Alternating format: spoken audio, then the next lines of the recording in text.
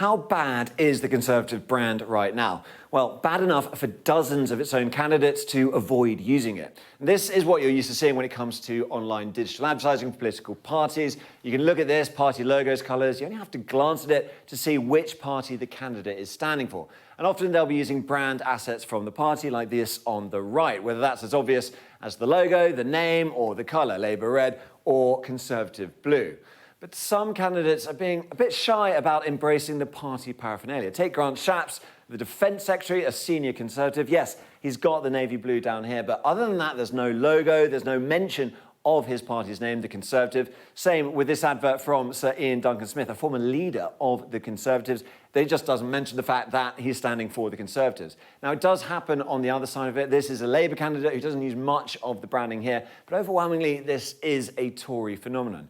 We've looked at adverts published on Facebook and Instagram by 521 Labour and Conservative candidates from the start of May until the 12th of June. Now, 83% of Labour ads were fully draped in the red flag, fully branded, but only 53% of Conservative adverts were branded. 15% of theirs went unbranded compared to just 2%, that tiny bit just there, of Labour. And then when you come to partly branded, that's a bit bigger on the Tory side, but that's actually because the vast majority of the Tory adverts only mention the party in the funding disclosure, the bit where they're legally obliged to do so.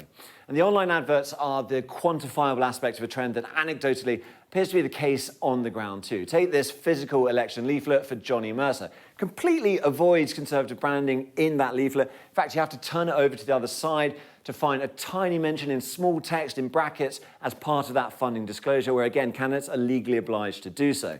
And here is the flyer for Andrew Jenkins, a former Conservative minister. It's got the true blue party colours here, so full marks, but there's no actual mention of the Conservatives.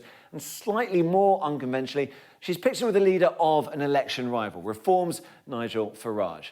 Now, it is worth stressing that the majority of Conservative candidates are using party branding, but a significant number think they're better off without it, or in one case, better off with Nigel Farage.